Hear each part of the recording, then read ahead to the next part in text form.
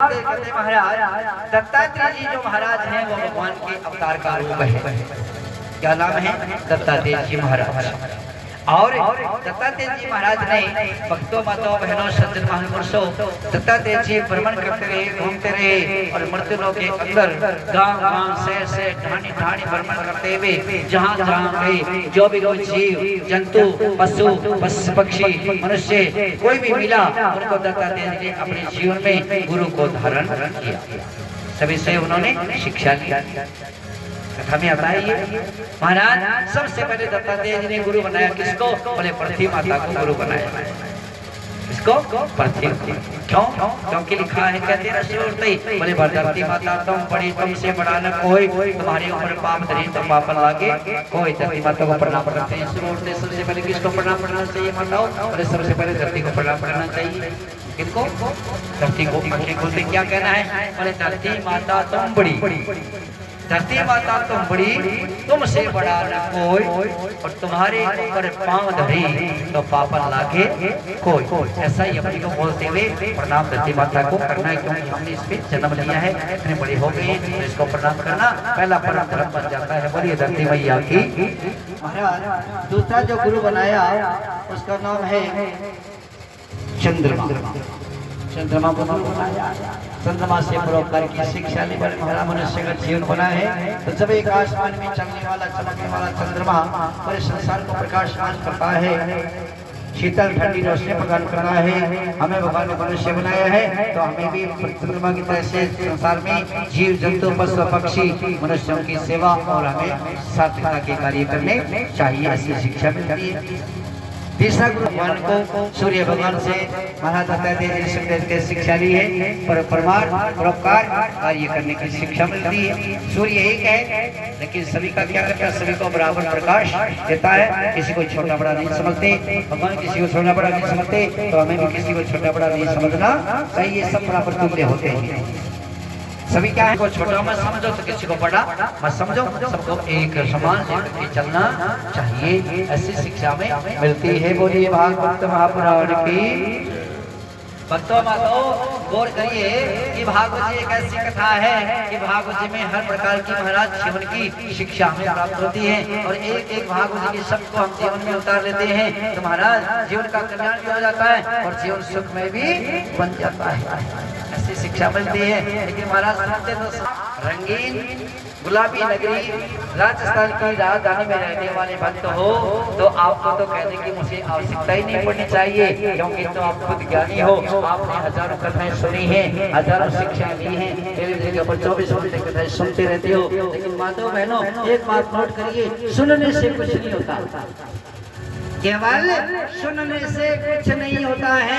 इधर से सुनकर के कथा इधर से चली जाती है और इधर से सुनकर के इधर चली जाती है तो कोई मतलब सिद्ध नहीं होता। तो क्या करना है? बोले एक बार जीवन में अगर पूरी कथा को आपने ध्यान लगा के मन लगा के चित्त लगा के श्रवण करते हुए एक बार पूरी भागवत को जीवन में उतार दिया तो महाराज उसी कथा में कोई जाने की आवश्यकता नहीं पड़ती। पुराण की इस बात को आप नोट करिएगा।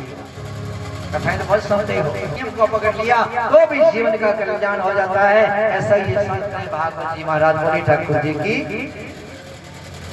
अरे ये समझ में अग्नि को गुरु बनाया, अग्नि से शिक्षा ली कि महाराज जिस तरह से अग्नि पवित्र होती है। अग्नि क्या होती है माताओं? पवित्र होती है। अग्नि पवित्र क्यों होती है? क्योंकि संसार में और कोई चीज ऐसी नहीं है जो पवित्र होती है, लेकिन अग्नि पवित्र होती है। क्यों होती है अग्नि पवित्र? क्योंकि अग्नि प्रकट होती नहीं, अग्नि को प्रकट किया जाता है, इसलिए अग्नि क्या है? पवित्र।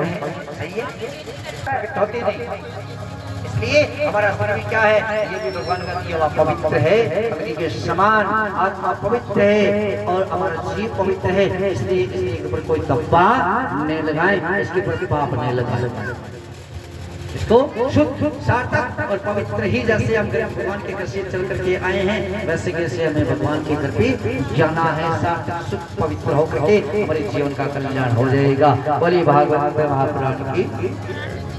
कबूतर को गुरु बनाया, कबूतर को देखा है क्या? कबूतर को गुरु क्या बनाया? कबूतर से शिक्षा ली कि एक महाराज उड़ने वाला पक्षी कबूतर जब महाराज कबूतरों को पकड़ने वाला जाल बिछाता है, जाली, तो उसके ऊपर उस जाल के अंदर तरह तरह के दाने और भोजन डाल देता है। आकाश से उड़ते हुए आकर के कबूतर उस दाने के चुगने के लालच में जाल में फंस जाते हैं और वो हमारी मृत्यु को प्राप्ति हो जाते हैं। कबूतर से शिक्षा लिए इस जीवन में कभी लालच नहीं करना चाहिए। बोले भागवत महापुराण की।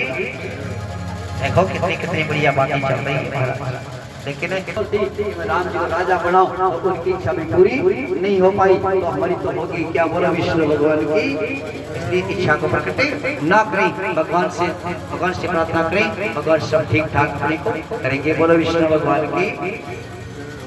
देखिए आज ऐसा, इसके बाद में दत्तात्रेय जी ने गुरु किनको बनाया? बोले महाराज एक हिरण को गुरु बनाया, और हिरण से महाराज लोभ करने की शिक्षा दी। जीवन में कभी लोभ नहीं करेगा। लोभ और लालच दो चीजें ऐसी होती है माताओं कि महाराज जीवन के गले को काट सकती है। ये लोभ और लालच कभी जिंदगी में नहीं करना चाहिए। बोलिए भागवत महापुराण की। इसके पश्चात मधुमक्खी को गुरु बनाया। देखिए क्या मधुमक्खी जो शहद बनाती है, गौर से सुन रहे हैं। मधुमक्खी से क्या शिक्षा ली? दत्तात्रेय जी सुखदेव कहते हैं मधुमक्खी से शिक्षा ली कि जिस तरह से, जिस प्रकार से मधुमक्खी एक शहद के छत्ते का निर्माण करती है, बहुत सुंदर बड़ा एक छत्ता बनाती है, उसमें क्या होता है? शहद होता है। बनाने वाली कौन है? मधुमक्खी है। किससे बनाती है? बोले मीठा मीठा जल ला करके शहद का निर्माण करती है, छत्ते का निर्माण करती है, जीवों को बच्चों को पैदा करती है। लेकिन मधुमक्खी है उसी शहद के छत्ते की चिपक के प्राणों को त्याग कर देती है। इसी प्रकार ये संसार क्या है? और एक शहद के छत्ते के समान है, जिसमें हम उलझ के मर जाते हैं, लेकिन हमारे पल्ले कुछ भी प्राप्त नहीं होता। बोला विष्णु भगवान की। क्यों? क्योंकि हाथ की मुट्ठियां बंद करके आए थे। हाथ की मुट्ठी बंद करके आने का मतलब क्या है? कि भगवान ने हमें सब कुछ दे करके भेजा है, और संसार में जब जाते हैं तो महाराज भगवान सब कुछ छीन लेते हैं, तो हाथ खुले हो जाते हैं, हमारे पल्ले कुछ नहीं रहता है। ये क्या लेके आए बंदा, क्या लेके जाएगा? 2 दिन की जिंदगी, 2 दिन का मेला, एक पल का विश्वास नहीं है, कभी भी मरना पड़ सकता है।